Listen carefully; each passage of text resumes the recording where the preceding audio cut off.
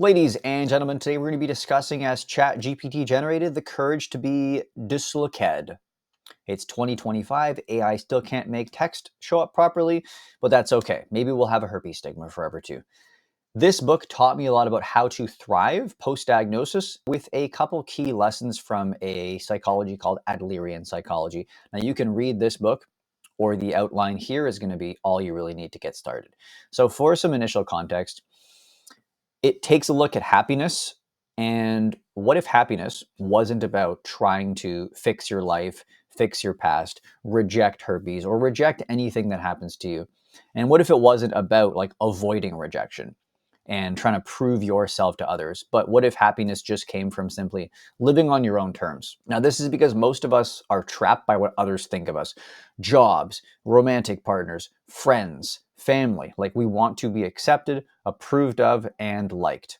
And this is going to lead to a life of fear, avoidance, and people pleasing. And I'm a personal victim of people pleasing. Like, I will have so much resentment for myself and for others because I never speak my mind and tell people what I actually truly want. And I'm working on it, but maybe you can relate as well. Now, Adlerian psychology, Alfred Adler was another one of the big psychologists back in the day with Freud and Jung. And his psychology was like pretty contrarian to Freud, but essentially in this presentation, we're going to be discussing things like how your past does not define you. Freud was all about your past is why you are the person you are today, but Adler was basically saying, no, your past doesn't actually define who you are today. So it's almost like a weird dichotomy, but they're both helpful in a sense. Nextly was your happiness is in your control. So it always has been, always will be. And that true freedom is going to come from the courage to be disliked. So the courage to live life on your own terms and like risk upsetting someone else. So the question here is like, what would your life look like if you stopped caring about what others thought and started living for yourself? Maybe it's posting on social media. Maybe it's disclosing your status. Maybe it's pursuing a career that you actually want instead of trying to please everybody else. So lesson number one from the book is that your past does not define you. So the core idea is that the past is not a life sentence. Getting herpes does not control your future, even if you think it does, and even if it currently does. You are free to change how you see yourself right now. So trauma or your diagnosis doesn't actually control you. It's your interpretation of what it is that actually controls the future. So how do you actually apply this? So you stop identifying as a victim of herpes. You simply have a virus. We are not victims. We're not like emotionally traumatized by the fact that we got herpes. And if you are, it's okay, but you don't have to let that control you in the future. So if you identify now as a resilient person who overcame it, or just a person with a common viral infection, you stop being like a victim on Reddit, like talking about how your life is over. It's not. Whatever you tell yourself is true, whether that's good or bad for you. The next thing is that if herpes did control everybody's life, there'd be no one thriving post-diagnosis. And I'm not making this up. Like, I am not faking the confidence. I'm not faking happy relationships and stuff. You recognize that many people have herpes and are living fulfilling, confident lives. So it isn't actually herpes that defines them, it's the perception of it. So if you shift your focus from the past to who you want to become, that's how you're going to thrive post-diagnosis. So lesson number two is your emotions are a choice. Now, this one is a little bit like abstract, but it's going to be easy to break down. We create emotions to fit our current mindset, not the other way around. So in terms of herpes, if you feel ashamed, it's because you've been conditioned to. If you feel unlovable, it's because you believe that herpes defines you. Now, your emotions come from the story you tell yourself. They don't actually come from what happened. So if you change the story, you change the emotion. So how do you reframe this?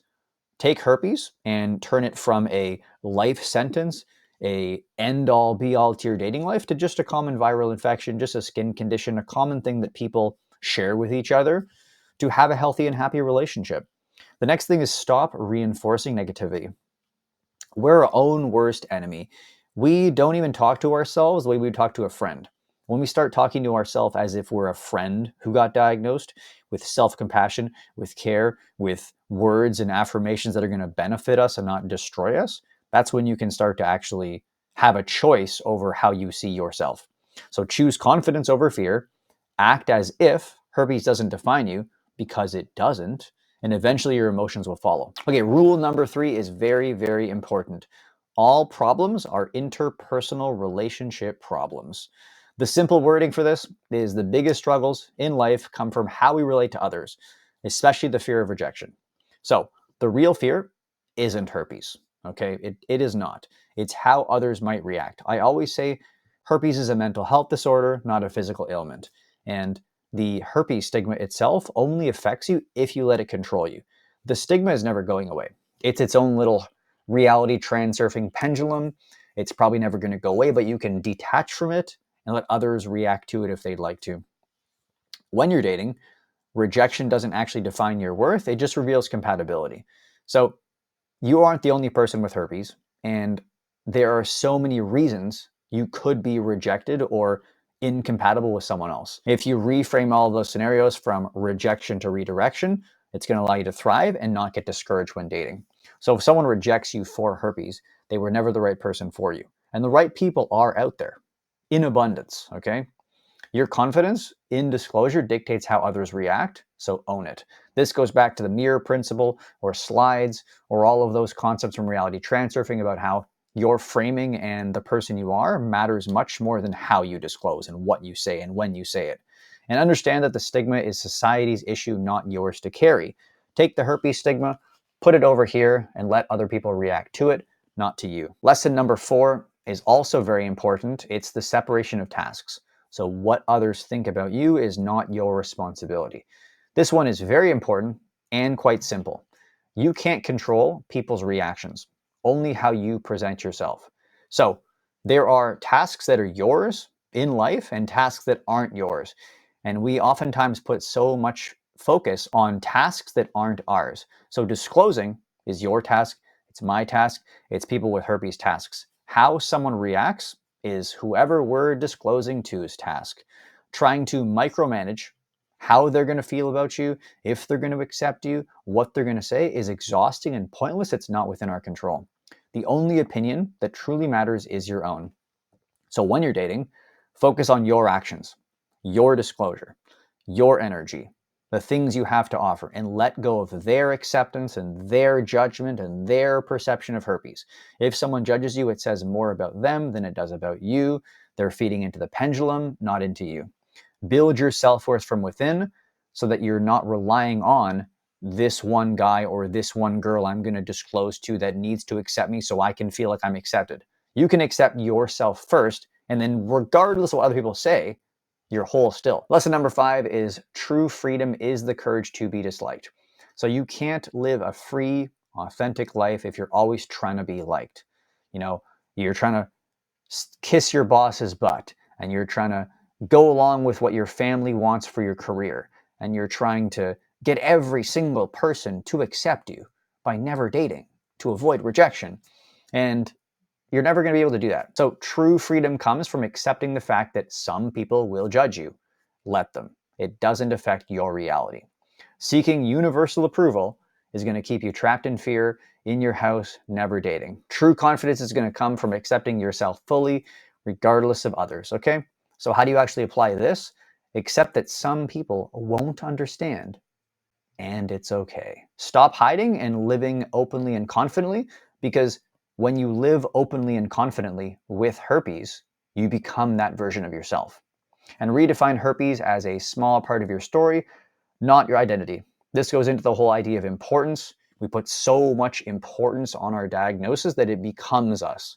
When you sort of shrink down the importance, it's a common virus. I have this. What's the big deal? Some people like me. Some people don't like me. It's not that contagious, like we've been told on TV. This doesn't really define me. Why should I let it control my life? So some final thoughts here is how to actually take back power. Remember these things. Your past doesn't define you. You may think that you are the person you are today because you got herpes and it's going to dictate your future. No, you decide going forward how you're going to live post-diagnosis. Your emotions don't control you, you control them. Initially, the stigma takes over, our brainwashed thoughts take over. Herpes doesn't control your emotions, but you have control over your emotions towards herpes, so make them benefit you instead of destroy you. Other people's reactions aren't your responsibility. Some people won't date you. Some people will judge you. These things are okay. All that really matters is how you feel about yourself and just living authentically. So the freedom is the courage to live as you are, to put yourself out there, to think good things about yourself. Do not let other people's words, opinions, thoughts, beliefs, and actions change how you feel as a person. Herpes doesn't make you less worthy. The only thing standing between you and confidence is your mindset. So go back and watch this video again or read the entire book and focus on which of these lessons do you need to internalize the most. So for some people, it's going to be the separation of tasks. A lot of us are trying to micromanage.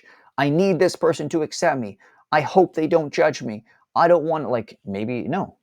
Just focus on confidence and disclosure and being your best self and putting yourself out there and let the things that are worthy of you come to you. And maybe some people's main struggle is trying to detach from the idea that herpes controls their future, when in reality, you still control your future. And that if you stop seeing herpes as trauma or something that's going to affect your future versus the reverse, then you can sort of step away from that mindset and develop one that's going to allow you to thrive.